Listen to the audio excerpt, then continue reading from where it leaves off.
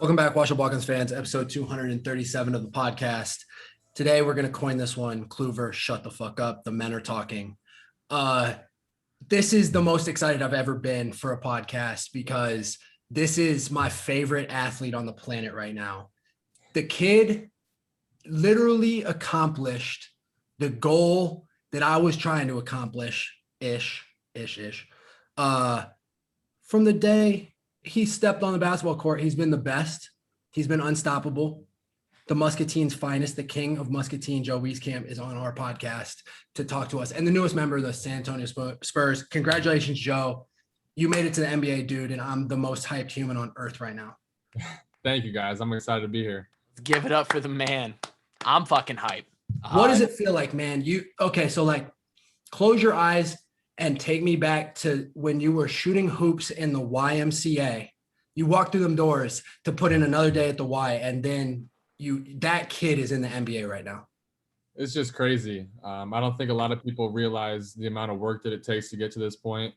A lot of hours on your own in the gym, just shooting, in the weight room too. Just all those different things, like traveling to different AAU tournaments across the country.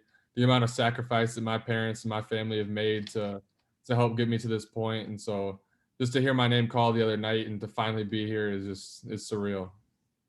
I don't know where Drake just went, but he'll be back here in a second. You mentioned the work that you put in, and I feel it. I feel that in a different way. I was a long snapper. You probably don't know who the fuck I am, Joe.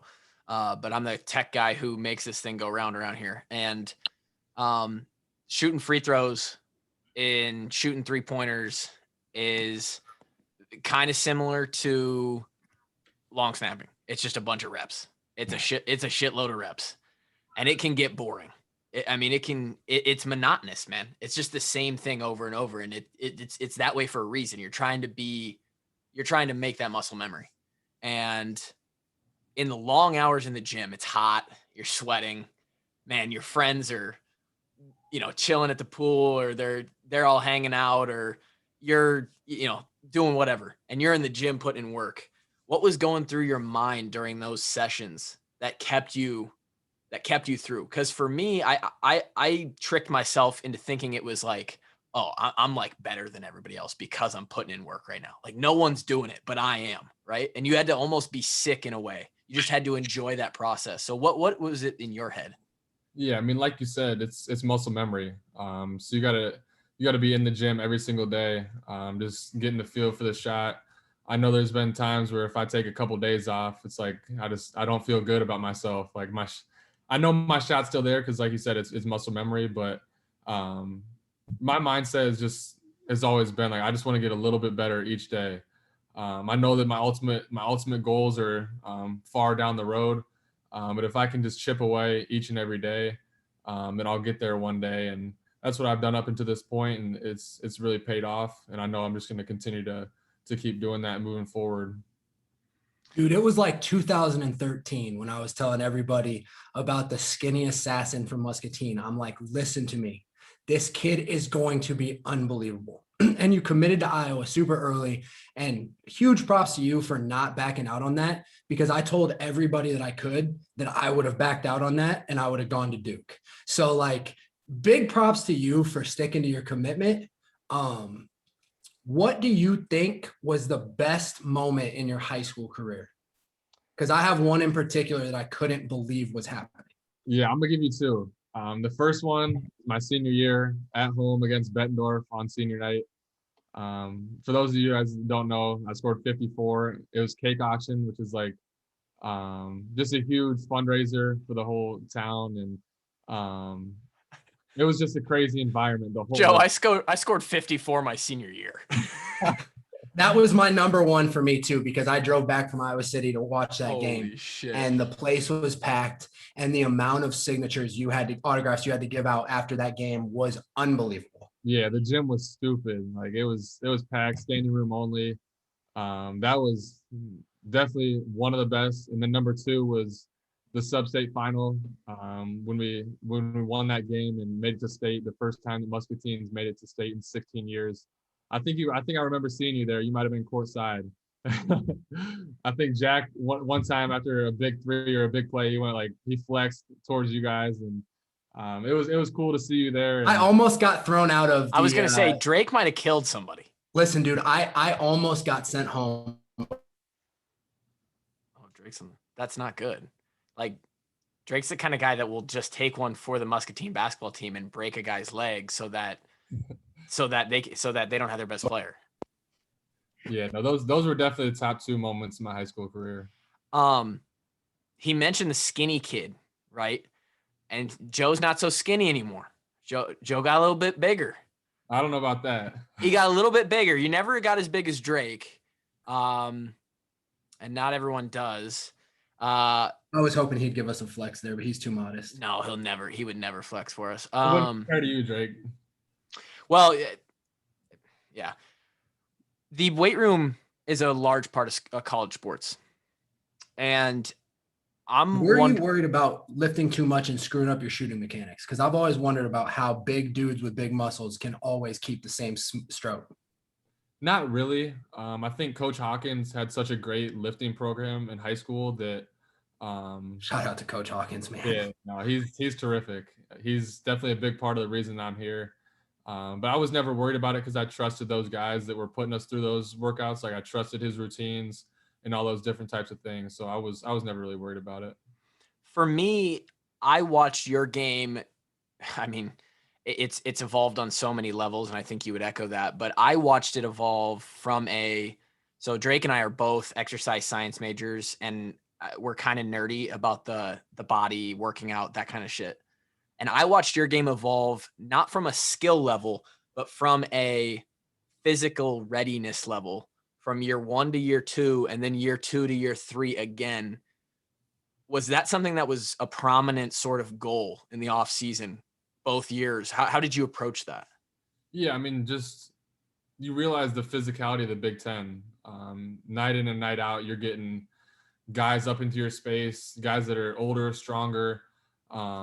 And so that was a huge focus for me in all the off seasons, was just to become stronger. That way I could, handle that contact, whether I was driving or, fighting off a guy coming off a down screen, just all those different things where like Drake said, I always have been, a skinnier, taller guy, but just to try to have some of that strength that I can battle through the Big Ten.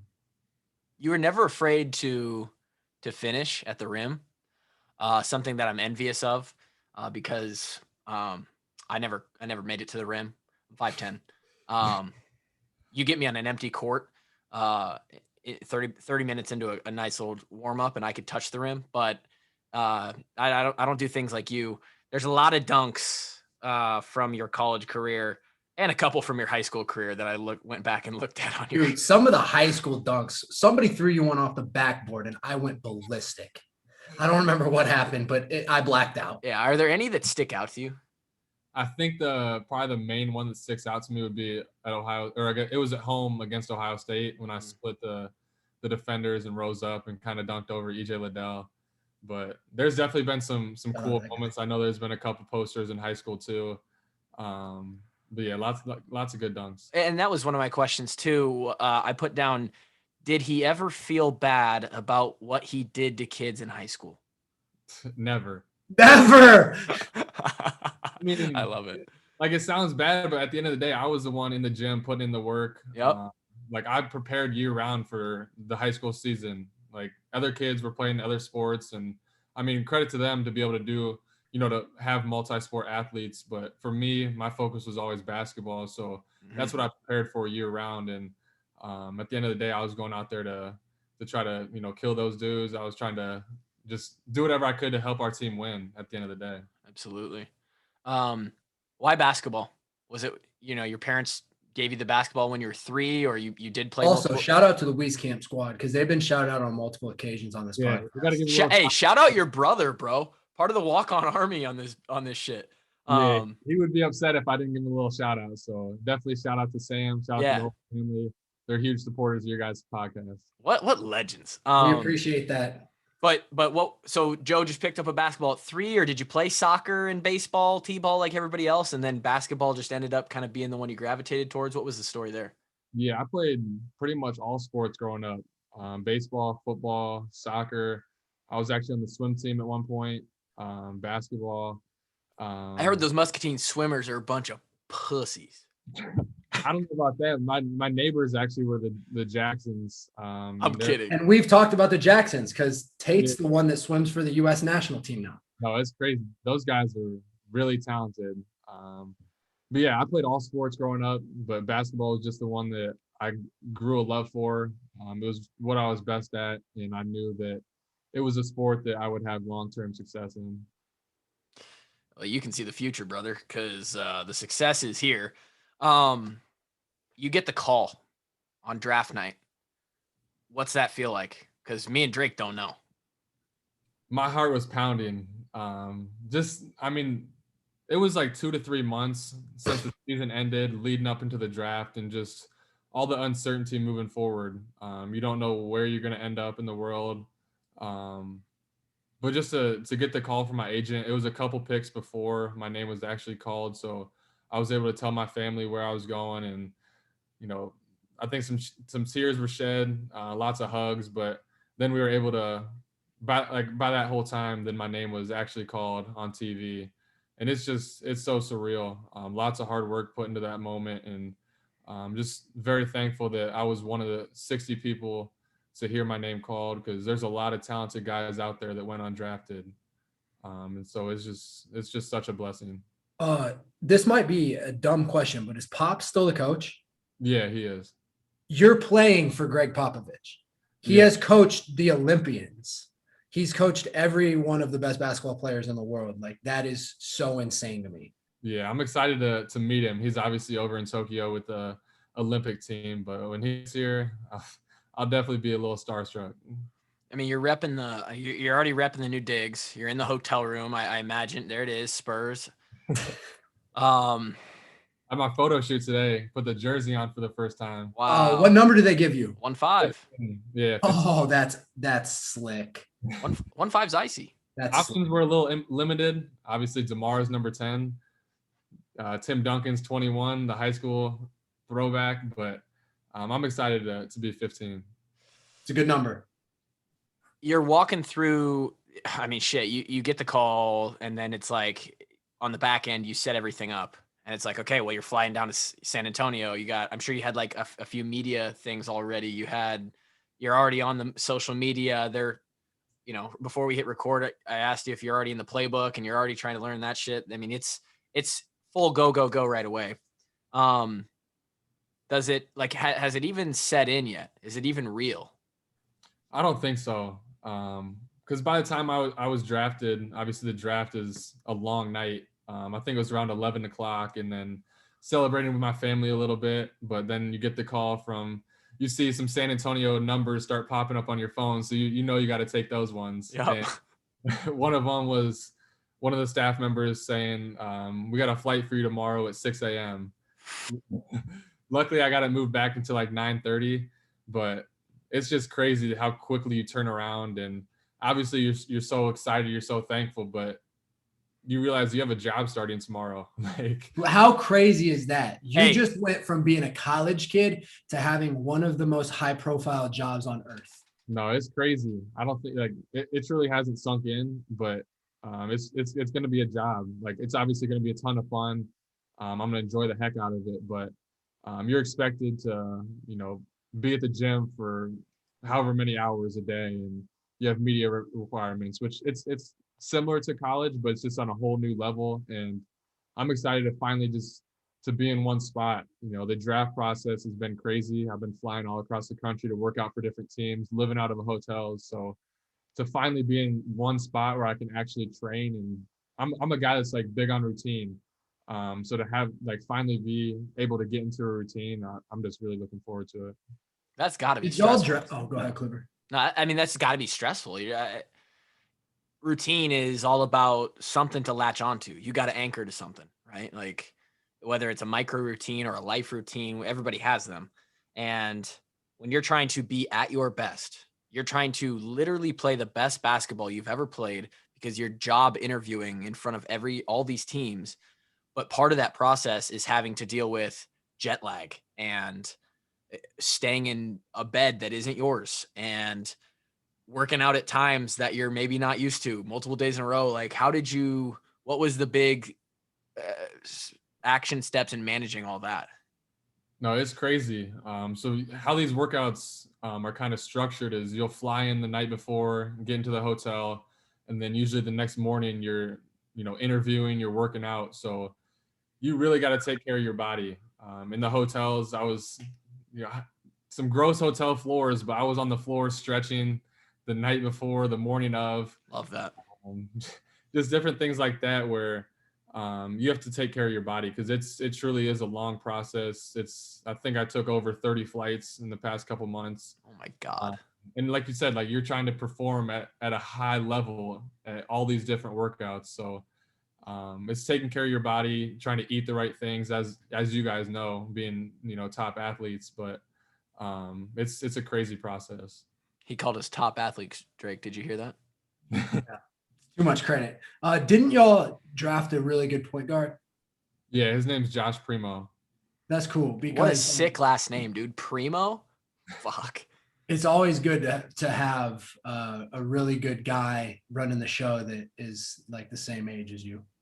Yeah, no, it's cool. We've gotten to know each other in the past couple days. He's actually only 18 and doesn't have his driver's license yet. What the hell? Dude, yeah. Drake, we're old as shit, dude.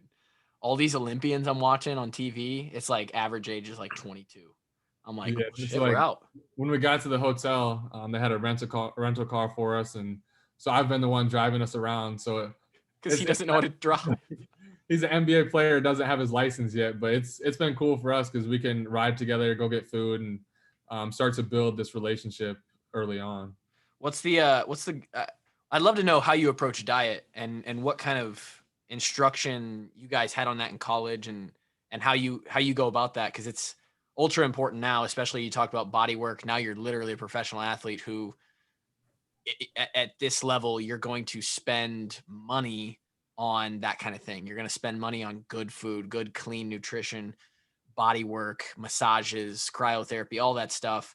But what's the diet look like? And then also what's like the go-to when you go for a cheat meal or like a little fast food? Yeah, honestly, my fiance is probably the one that's helped me out the most. She's huge into healthy cooking. She likes organic things. So when I'd come home from practice or different things, she would have meals ready for me. Shout out Mackenzie Meyer. Yeah.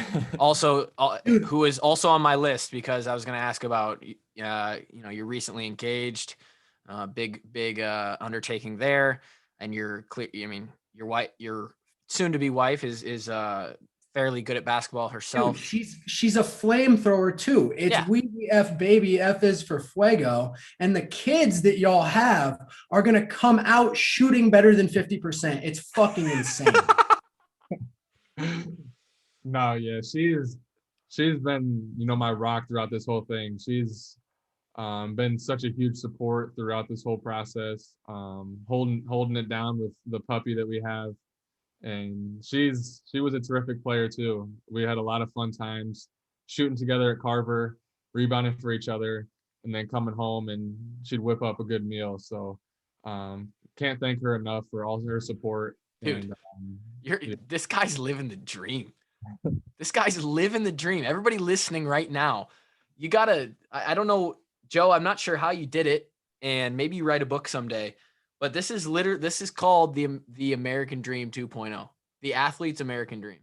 People don't understand how fucking hard it is to make it out of Muscatine as an athlete because there's such little past success. Muscatine basketball team has been horrific ass, dude. There was a coach who literally only stayed around until Joe was about to graduate. And then he retired because he was definitely not going to coach the Muscatine shitters, man. That's Joe Wieskamp, yeah.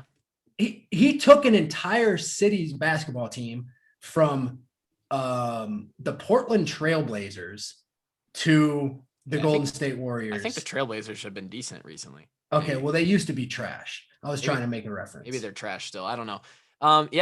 That is interesting, Joe.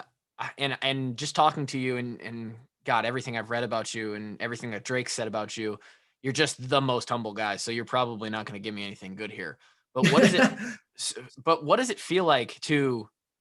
I mean, you have to know that you had a lot. I mean, you're a hometown hero. You're a hometown hero. Hero. And what does that feel like? And knowing that, you had a large part in taking a program in a town to new heights, if not for just at least a few years. It's really cool. Like Drake talked about, basketball is not the main focus in Muscatine. There's not a lot of guys that. What is the main focus? Is it drugs or? It was swimming for a long time, dude, to be honest. If we're being real. Bowling is a big Marshalltown focus. We've been state champs a couple times in a row. But yeah, there's not many people that are devoted to a sport, especially basketball, like I was. So I didn't have the type of resources that a lot of the other top athletes had. But thankfully, I had a really good support system around me. I had a guy like Scott Morrell who I trained with each and every day, and so he was super helpful in my progress during high school. But to have the city of Muscatine behind my back throughout this, that's one of the coolest memories that I can look back on my career, was my senior year playing with my best friends that I grew up playing with, and to make it to the state tournament. But just it's surreal to have that support, and just to know that when I go home and go to the grocery store, that everyone knows who I am and just appreciates what I've done. You graduated in 18? Yeah. Jesus, my goodness. He's in the NBA, and he graduated high school after we graduated college, Drake. Correct. Holy smokes. That's he has done so much more in the last 3 years than we have. Drake would have been then a senior when you were in 8th grade. Right. What was Drake's reputation? I've heard it was not a good one. Basically the bad guy in the town, and rumors were that he was a bad influence on basically everybody. Nah, I don't think that's the right information. Believe it or not, Drake was a guy that I looked up to. He was a guy that was like he was so devoted to getting better, and just watching him out on the football field, just destroying dudes. Just like his mindset that he had about sports, and it's continued. He's helped me, sends me texts like all throughout my career, just advice that he has mentally, because he doesn't know much about basketball, but he knows what it takes mentally as a top athlete to get through these types of things. So he was always someone that I looked up to, and he was one of the best athletes to come out of Muscatine too. Man, I appreciate those words, dude. That hurts. That shit's on Kluver big time, and I love it's that. True. And I don't want to believe it. It's true. I'm glad you brought up the text, because I thought that was like a cool thing. That I thought that was the only thing I could offer you, is like, I want this kid to succeed so badly that I'm going to do whatever I can to make him that little 1% better that you talked about. And we had heard so many amazing people talk about mindset and how to build a warrior's mindset and how to block out the outside noise and only care about what's happening between you and your family inside the building. And like, those are just the only messages I was really ever interested in sending you, because you were so far better than I was and more mature mentally than I was at a younger age. So I was just trying to pass on the information that I had. And I'm glad it helped. No, it's been definitely very helpful, because the mental side of the game is something that I think a lot of people that just watch the game don't realize. Like, if you're out there missing shots, or just or even if you're making great plays, like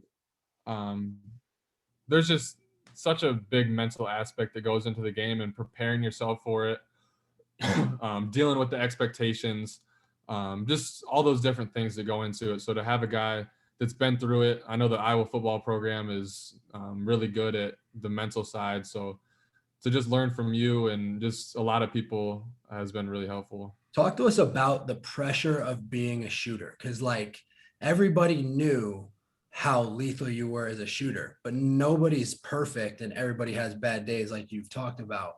What's it feel like having the expectations of being lethal?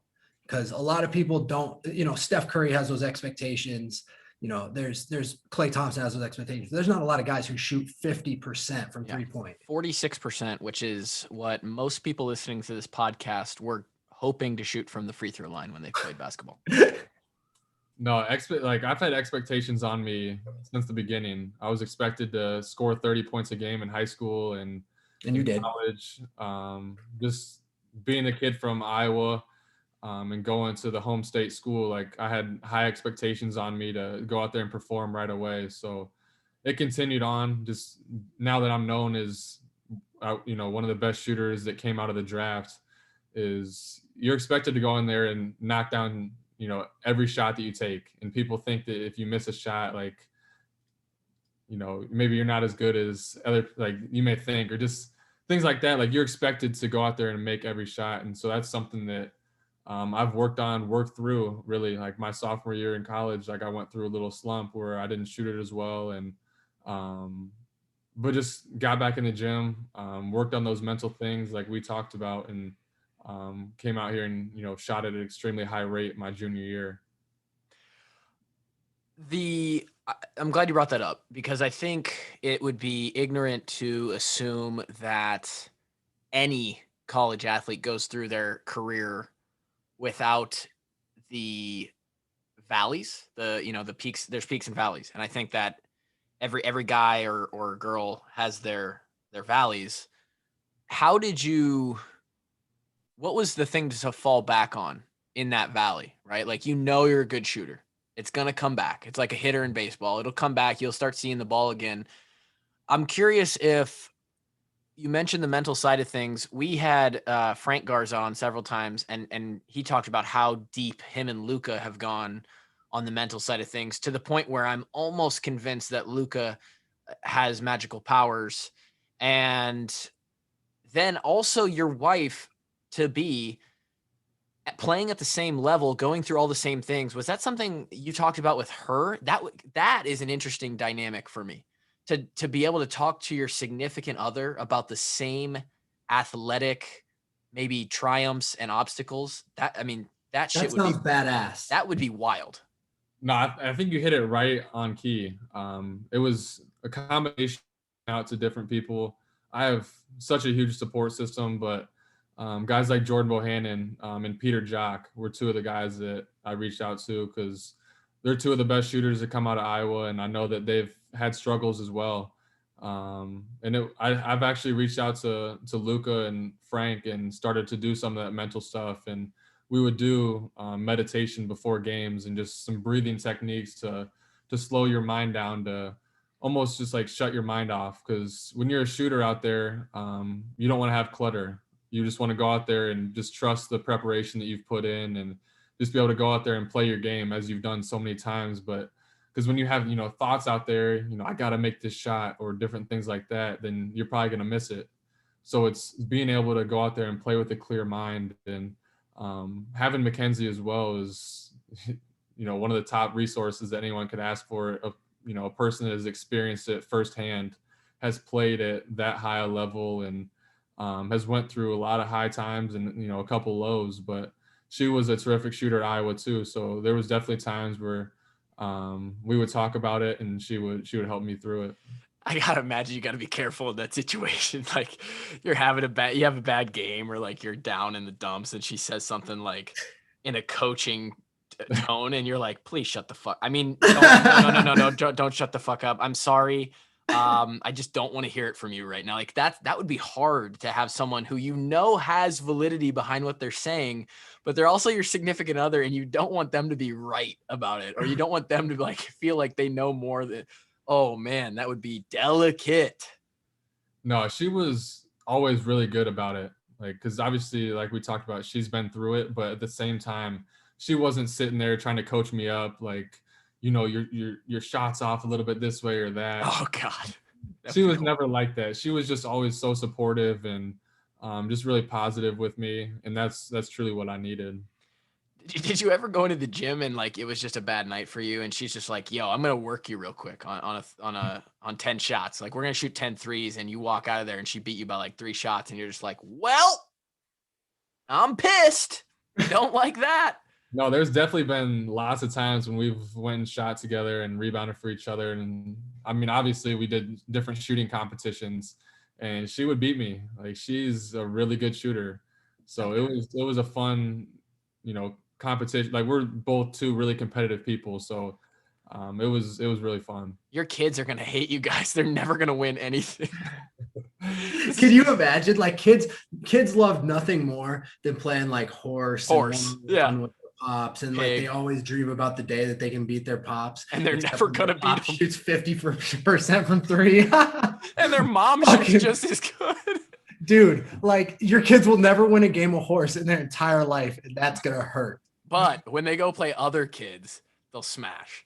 Wow, that's incredible.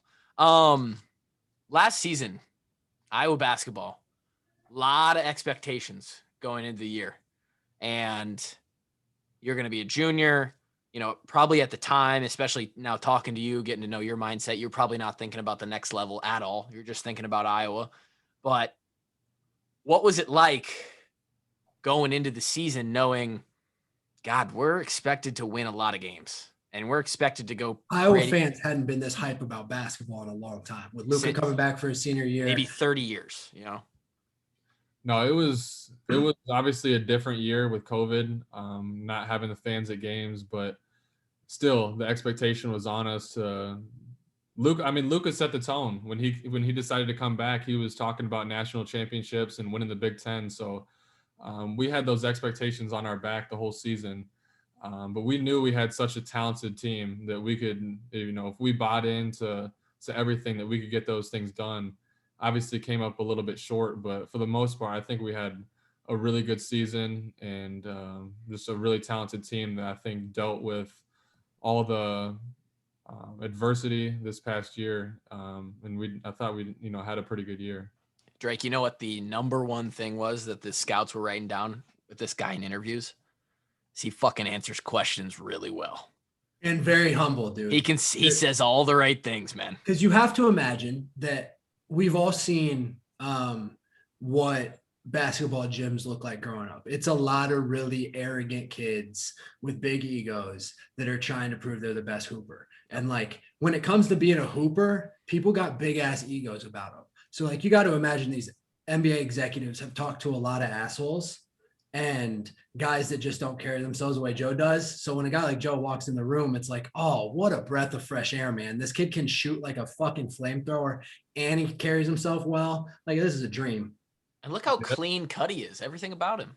That's something my older brother Matt instilled in me at a young age.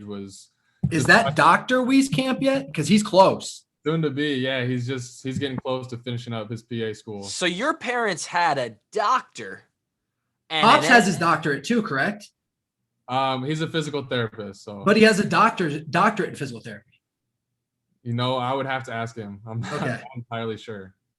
Holy shit! Yeah, like I was saying, Matt, instilled in me at a young age, just to remain humble through all the successes and all the types of things that, all the accolades, just everything, to remain humble. And so that's something that I've always held close to me. But it's not easy to do that, man. Like I scored 5 a game and I talked the most shit in high school. I went to Fort Dodge and opened the game 9-0, Tyler Kluver versus the Dodgers, and then heat checked from half court damn near on my 4th 3-pointer. Ended up making 5 that game, by the way. Probably something that Joe Wieskamp never did was make 5 3-pointers at Fort Dodge. But when you start to you see the ball go through the hoop, you start to swing a little bit more. Like everybody gets. How do you hold that down, man?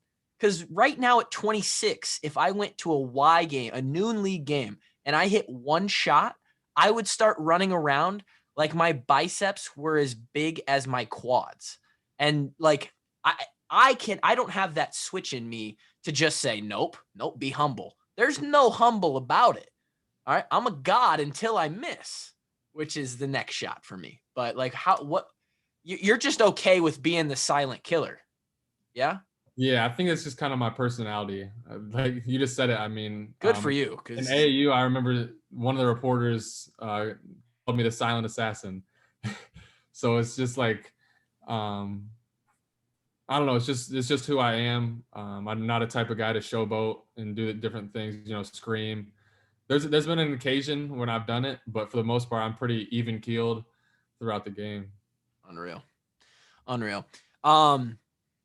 Did you have an offer from Duke? Drake said you didn't choose Duke. Did you actually have an offer from there? I did not. I committed to Iowa going into my sophomore year of high school. So just ended the recruiting process early. I knew that's where I wanted to go.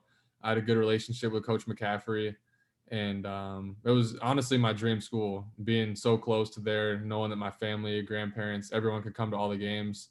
So I just decided to end my recruitment early. I know that if I didn't, that I probably would have had some offers from schools like Duke and other high profile I would say. type teams. But at the end of the day, it's where I knew I wanted to go. So I was, fully committed there. Unbelievable. I mean, there's just not very many stories there's not a whole lot of stories like you, man. It's pretty wild. Do you ever sit there and think, boy, this is quite the life I'm living? Do you ever get that feeling? Yeah, I mean, it's definitely not too bad of a lifestyle. I think it was yesterday. I walked into the Spurs facility for the first time, and they handed me an envelope with money in it and said, "Welcome to the NBA." So Woohoo! it's not an envelope that you get after a college game with $15-$20 in it. It's a nice little envelope. So I definitely am very blessed. Let's go, dude. I'm so hyped. Let's go. I'm definitely Dude. very blessed to be in this position. I know a lot of kids would kill to be where I'm at. And Yeah, I'm still looking for my envelope. Listen, man, we've talked about envelopes on this podcast so much because there's a storied, dirty history in football of top recruits getting envelopes. And we were always dreaming about those envelopes. And we're fucking talking to an envelope guy. Yeah, legal envelope guy. yeah, legal. Yeah. It brings up an interesting point. You exit college on the heels of NIL becoming a thing. That was one of the many factors, I'm sure, that even if it was a very small thing, weighed in your decision to come back for a senior season or go to the NBA. You were going to make money either way. Was that a tough decision? Was there a lot of back and forth, or was it because for me, I imagine being in that situation and thinking, oh man, like and you're such an Iowa guy. You just said, you chose Iowa early because it was just the dream school. Your whole family can come watch you. It's the dream. And you're able to live out that dream. You started every single game of your 97 games, which, by the way, you scored double digits in 72 of them. Impressive. And you could have had more. What kind of decision was that? Or was it pretty after the draft like the whole process, you felt pretty confident that you were ready for the next level, and you slept pretty well at night? Yeah, to be honest with you, NIL had no impact on my decision. Yeah, I figured. Honestly, my mind was made up even before the season ended, and right when the season ended, I knew that this was the next step for me. I just felt that I was ready. I felt that my game translated. But my agent was really conservative and wanted to go through this process, just kind of testing it and getting as much information and feedback as possible before I did ultimately make that decision. Because you want to find out, what's the floor, what's the worst case scenario. You go through this process, maybe you're terrible throughout it. You are terrible in the workouts, you're terrible in the interviews. This is your floor. This is the worst case scenario. And then at that point, then I would go back to Iowa. But I think to go through this process, you kind of have to have that mindset that you're all in. You can't have one foot out. You have to go in trying to, kill this process and just have that mindset that you're a pro.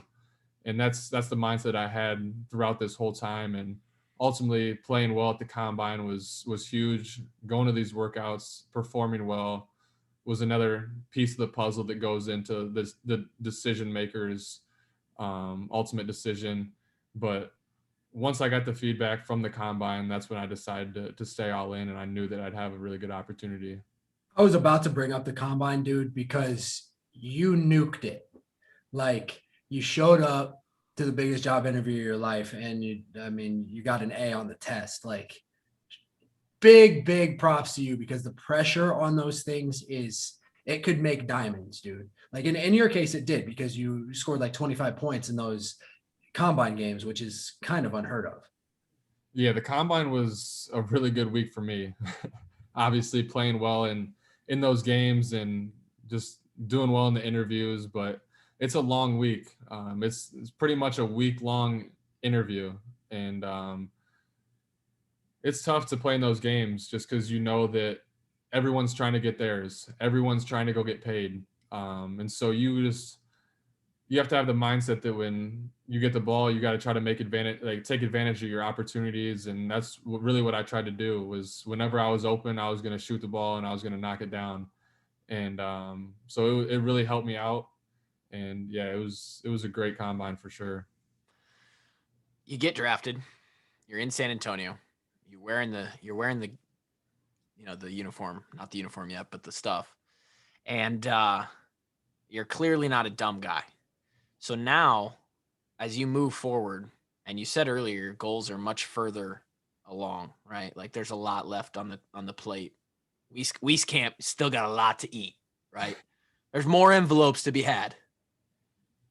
Hopefully some fucking large envelopes later on down the road. Hopefully we're looking at one of them big checks with like 10 figures on it. Hopefully it's a bunch of envelopes like they pull out of the back of a drug dealer's car. Like it's that many envelopes. What does it take for Joe Wieskamp to get to that level? Like what in your eyes has to be done skill-wise, body-wise to really take the next step? Because man, the NBA is elite. I think about the NFL and the NBA and shit, baseball, you got 9 guys that play, but then you got like 3 or 4 farm league teams for each team. Like you can be in the pros and there's like almost 10,000 pro baseball players because of all the freaking farm teams. Football, there's less, but more than there is in basketball. Basketball, there's 5 that start. How many are on a squad? 13? Usually roughly 15. 15? It's like there's not a lot of guys with your job title, brother. There's like 450 jobs in the world or something like that. And so now you have to make the jump to, make the team become a guy that contributes. Obviously the goal for everybody who makes it is I want to be a starter. I want to be a guy I want to be a guy someday. How does Joe become a guy? For me, obviously it starts with shooting. That's what, I'm known for. That's what I'm best at. So it's becoming an elite shooter at the NBA level, and just watching different guys in the league that I view myself similar to, an incredible shooter in Duncan Robinson, just the way that he comes off screens and just is always ready to fire at all times. So it starts with shooting. I think athletically I'm there. It's just using my athleticism to my advantage better, especially on the defensive end. I think just being a solid defender, in the NBA, guys are so elite at their craft that they're going to get a bucket at the end of the day. But if you can force them into tough shots and make them make tough twos, which is what the NBA really strives on, is something I have to work on. But I think being a good cutter, being a good teammate are really just the things that I need to hone in right now. Being a floor spacer for a team, I'm not going to be a guy that's going to be up at the top of the key, breaking guys down off the dribble at the beginning. I'm probably going to be in the corner, spacing the floor for guys and just knocking down shots. But I think just being around the pro game, my game's just only going to grow. And I'm excited to see where I can get to, because I know I have a long ways to go. Do you think you're going to have a little bit easier time getting open early because you're just another white guy in the NBA? Like you're not going to have the guys, you're not going to be the guy isoing, right? You're going to have more openings. Like Duncan Robinson gets a lot of freaking open 3-point shots. Like he takes less contested shots than he did in college. Yeah, I think I'll definitely be able to.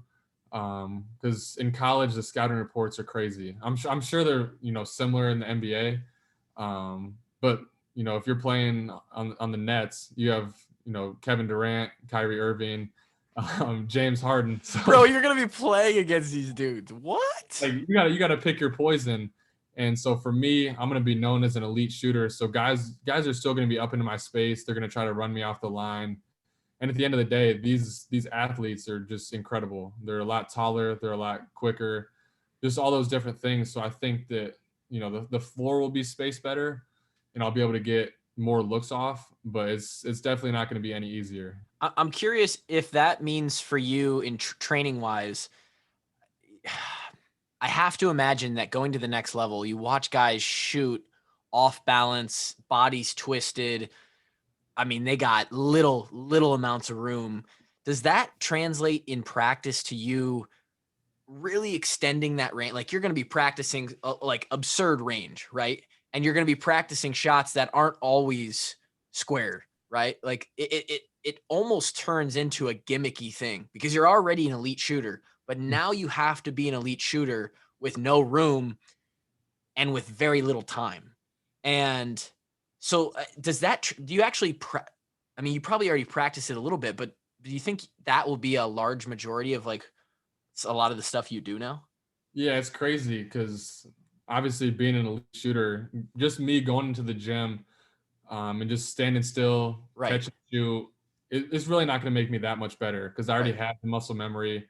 So I've already started to work on just like one-legged and off-balance shots, just coming off weird angles and being like catching it low, catching it high, catching it to the side, all those different types of things, and making shooting drills competitive.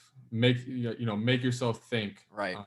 So like all those different types of things is what I'm gonna have to start doing, and I've already started to do. But it's you definitely take some different shots that I'm probably not going to be taking in a game, but it still is just working on your touch and your feel from different angles. It's wild. Who are you most excited to play against? Just a couple names of guys that you're just like, I'm gonna be able to play basketball against guys who were just not too long ago my idols. There's too many to name. There's so many elite players that Fucking LeBron. Yeah, LeBron, Klay Thompson. I'm a huge Devin Booker fan. Watching him play in the finals and the playoffs. Giannis. There's just, even though maybe I probably won't start on them or be matched up against them, just to be at the same game as them. Like there's only 10 dudes on the floor at one time, so you're. I mean, there's 5 players on the other team. I'll probably get switched onto them. So it's like, it's crazy to think that I'm at that level now. Not at their level, but still, you know, in the NBA and can go up against them. I know it's so different, Drake, for me and you compared to Joe, but I mean, he's on the podcast. It feels like he's closer to us than he is to those guys, which it's not. It's reversed. But just imagining getting, you know, you're on some guy who's like good. He's a pro. He's a good basketball player. But then the screen comes and you get switched off and you like check back and you're on LeBron. Well, if you're playing against LeBron, you were probably guarding damn Russell Westbrook before that. So, I mean, pick your poison there, pal. Bro. Yeah, no, it's going to be crazy going up against these guys. You're going to need some more of that fucking Luka magic juice mental meditation shit before that game. Wow, dude. I got a question. Why it's probably because you know Drake, but why give us the time? Like, you're in the NBA now, man. Like, you got bigger things than the washed up walk-ons. Why do you sit down on a Sunday night at 9:00 and talk to us? Nah, you guys are awesome. Obviously, I know Drake, and like we talked about earlier, he's a guy that I looked up to growing up, and just I've listened to your guys' episodes. My family's listened to all your guys' episodes, so this is honestly probably one of my, highlights of my interview podcast. Yes. Yes. We always strive to be the best interview because a lot of interviews aren't fun, dude. We just try and have fun around here. I'm going to put this at number one. This is the most fun interview or podcast I've ever been on. And I'm excited that you guys wanted to have me on. This is fun because Kevin's not here, because Kevin is kind of a fun sucker sometimes. Yeah. And honestly, at the beginning of the podcast, it said that he tried to get in and I accepted him, but he just never the thing never showed up. So I never said anything. Wow, dude, absolutely crazy. So what's the process look like these next few days? I know you guys got stuff coming up, right? It starts on like the 6th or the 7th. It starts a little bit earlier for us. So San Antonio is part of like a smaller summer league before summer league. Wow. So we got here Friday. We worked out. We had a first practice yesterday. Just got thrown into it. Like no skill work, no coming in and just getting shots up. Like it was a full on 2-hour practice. We had a practice today, and we actually leave tomorrow morning. I think we got to be at the facility at 6:30, and we're flying to Utah, and then we have a game on Tuesday, just like a pre-summer league type thing. So we're really just thrown right into it. Hey, But dude, you're a professional now, man. That's the life. In comparing NBA to NFL, who do you think Pop is the most alike? Because I have one name. Bill? Yeah, it has to be Bill Belichick, Yeah. right? It has to I be. mean, there's one utter legend still coaching in the NFL and one utter legend still coaching in the NBA. Yeah. And you're playing for that dude. That's still, I can't get my mind around that. When I saw that they drafted you, I was like, holy shit, Greg Popovich is going to turn this guy into an absolute slayer. No, it's crazy. Like we talked about, I haven't met him yet in person, but when I do, it's just gonna be like, I'm gonna be starstruck. Actually, yesterday I was walking in the gym. I was obviously a little nervous. First practice, they have so many support staff, so you're trying to remember everyone's name. You're trying to act all professional. And I walk in the gym and I look up and I see Tim Duncan. Yeah, so I met Tim Duncan yesterday, and it's just, I'm like, wow, like it's really this is Okay. real. Yeah, he's on Backyard Basketball, so that's definitely wow. That's Tim Duncan's probably old enough to be your dad, right? He probably would have been 23, 24 when he had you. His son was actually there watching practice. How old is his son? He looked like about 15, I would guess. Tim Duncan is 45 years old. He could 100% be your dad. Yeah. Broski's good at basketball. Does he still hoop with y'all? Does he still put the shoes on and play like a demo guy? I'm not sure. I would imagine that he might. We've only had a couple practices, but wow. Yeah, that's incredible. You're trying to mold a game around being extremely finesse because shooting is as finesse as it gets. And Tim Duncan was the most finesse big man probably of all time. So that's so legendary that you get to learn from him, dude. No, it's crazy because we walked in the practice facility into the locker room, and I see my name up there. I see my number above the locker, and they start talking like, one of the best Spurs of all time. This was his locker. So the locker that I'm in the practice facility right now is Tim Duncan's old locker. Bro, from the Muscatine locker room that smelled like stale piss to Tim Duncan's locker, bro. I'm so shook. Stale piss and Axe deodorant. Said that, I was like, this is a dream. Unbelievable, dude. This well, can't be real.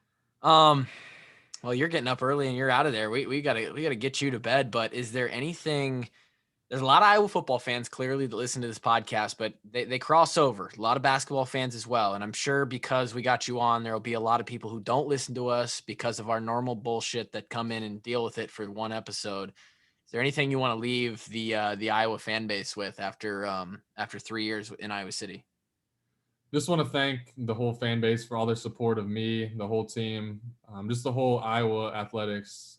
You guys have been super supportive throughout the ups and downs. I know there's some crazy fans out there that might not be as supportive, but for the most part, there's a lot of true supporters that really want to see us succeed. And I'm just really thankful to have played at Iowa, to wear Iowa across my chest, and to run out of the tunnel. So it's been a pleasure to play at Iowa, and just thank you guys all for your support. Wheezy F baby. Joe Wieskamp, episode 237 of the Wash Up Walk-Ons. Thank you guys, all of you who tuned in for this one, especially if you were here and you're not normally. Hopefully you enjoyed the podcast and hopefully you listen to more. Joe, good luck with all of the future endeavors that are basically started already. And I cannot wait to watch you posterize some people in the league, bro. Yeah, thank you guys. Wheezy out of here. Let's go. Oh.